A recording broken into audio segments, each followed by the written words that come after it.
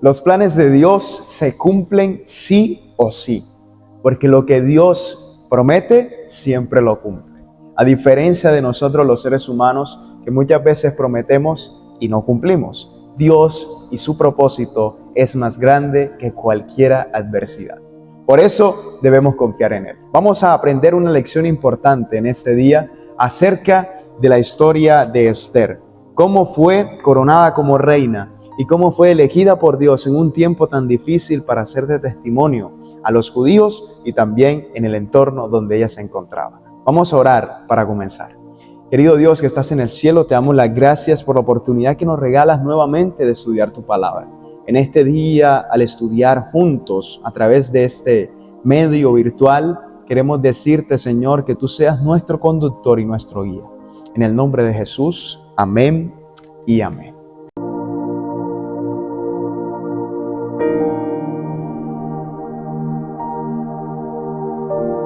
Muy bien, vamos a estudiar juntos una historia muy interesante y nos habla acerca de la historia de Esther. Esther capítulo 2, versículo número 1 dice: pasadas estas cosas, ¿qué cosas habían pasado? Antes del capítulo 2, vemos que en la historia del rey Asuero, que en ese momento era el rey de Persia, había convocado una fiesta donde había invitado a todos los príncipes, a todos los principales de las provincias, y él en ese momento, al festejar en medio de su fiesta, llamó a su reina Vasti. Y en medio de esa fiesta fue buscada Vasti para ser traída delante del rey Asuero, pero ella se negó a venir. Por lo tanto, el rey se enojó muchísimo. Entonces quitó de su puesto de reina a Vasti. Pero ahora nosotros observamos en el capítulo número 2 de Esther que ahora el rey busca una nueva esposa, busca una nueva reina, y en su lugar escogió a muchas mujeres que se presentaron delante de él para ser una de ellas la reina del reino. Pero ahora de esas mujeres solamente quedó elegida Esther. Dice el capítulo 2, el versículo número 1, dice: pasadas estas cosas, ya entendimos lo que había pasado antes, ese es el contexto de la historia. Sosegada ya la ira del rey Asuero, se acordó de Vasti y de lo que ella había hecho y de la sentencia contra ella. Y dijeron los criados sus cortesanos: busquen para el rey jóvenes vírgenes de buen parecer, y ponga el rey personas en todas las provincias de su reino, que lleven a todas las jóvenes vírgenes de buen parecer a Susa, residencia real, o sea, la capital del reino. Y dice además: a la casa de las mujeres, al cuidado de Hegai, eunuco del rey, guarda de las mujeres, y que les den sus atavíos, y la doncella que agrade a los ojos del rey reine en lugar de Vasti. Esto agradó a los ojos del rey y lo hizo así. Así que hay una propuesta, le dice: mira, rey, bueno, ya Vasti no está, pero haz algo. Y comenzó a traer a las mujeres del reino, y dentro de ellas estaba Esther. Y ella llegó a ser la nueva reina de Persia. Pero, ¿qué nos enseñan estos versículos? El versículo número 9 dice de la siguiente manera.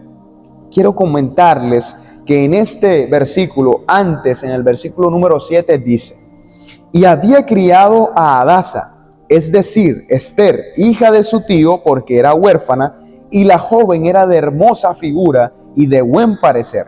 Cuando su padre y su madre murieron, Mardoqueo la adoptó como hija suya. Entonces encontramos aquí que Mardoqueo era el tío de Esther, pero la adoptó como hija suya debido a que sus padres habían fallecido. Y dice el versículo 9, y la doncella y fue llevada delante del rey Asuero, y dice: y la doncella agradó a sus ojos y halló gracia delante de él, por lo que hizo darle prontamente atavíos y alimentos, y le dio también 7 doncellas especiales de la casa del rey, y la llevó con sus doncellas a lo mejor de la casa de las mujeres. Esther, el versículo 10 dice: no declaró cuál era su pueblo ni su parentela, porque Mardoqueo le había mandado que no lo declarase. Así que así fue como llegó a ser entonces Esther la reina de Persia.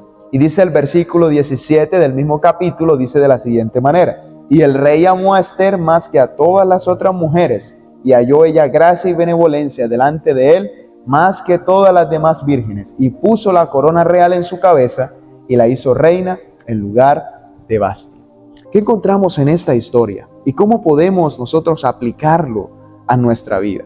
¿Saben? Es interesante. Mardoqueo ya era una persona importante en la realeza. Estaba sentado a la puerta del palacio y residía en la ciudad de Susa con Ester. Pero en el momento que ella fue llevada a su hija adoptiva o prima, debido a su posición y al lugar en que vivía, estaban inmersos en una cultura persa.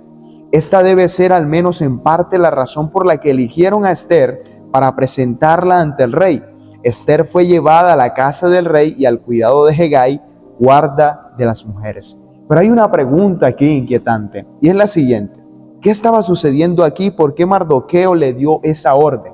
La orden de Mardoqueo fue: no digas de dónde vienes y no digas tampoco de qué pueblo eres. Porque si ella lo decía, no podría entonces estar en ese lugar. Y muchas veces nosotros nos vemos tentados a hacer lo mismo. Estamos en un lugar, estamos compartiendo con alguien y nos da incluso muchas veces miedo decir que creemos en Dios o miedo de decir que somos cristianos. Pero Dios nos ha llamado a hacer luz. En muchas ocasiones, a primeras no se podrá decir, pero si tú vives una vida conforme a los principios de Dios, las personas van a notar eso. El llamado de esa historia, lo que nosotros podemos aplicar para nuestra vida, es exactamente lo mismo que podemos aprender de Ester. Ella llegó a ser reina de Persia, llegó a ser reina de un reino que no pertenecía a su cultura, pero Dios la llevó allí con un objetivo, con una razón. Nosotros también en algunos momentos tendremos que compartir con personas que, aunque no son de nuestra cultura, merecen, por la gracia de Dios, conocer las grandes verdades de nuestra vida por medio de la palabra de Dios. O sea, tú y yo nos convertimos en embajadores para llevar esa esperanza a la vida de otros. No importa en qué lugar estés, no importa en qué situación te encuentres, piensa en qué circunstancias podrías ser prudente y no hablar abiertamente de tu fe. O nunca deberíamos hacer eso. ¿Por qué? Esa es la pregunta que nosotros nos hacemos. ¿Tenemos que ocultar que tenemos una fe? No, no tenemos que ocultarlo. Tenemos que vivirlo. Pero eso se vive con el propio testimonio. El propio testimonio será el sermón más convincente para que otras personas conozcan de Cristo. No importa si hoy estás tú en una condición en la cual tienes que ocultar tu fe, yo te animo que hoy en el nombre de Jesús puedas decirle al mundo que crees en Dios. Vive tu vida conforme a la vida de Cristo y serás de bendición para otros. Una religión extraña y una cultura extraña era lo que gobernaba en esos momentos la vida de Ester y de Mardoqueo. Pero ellos, sin importar que estaban en una cultura extraña, ellos mantuvieron sus principios. Tú y yo también debemos hacer lo mismo. Mantener nuestros principios, porque los principios son innegociables.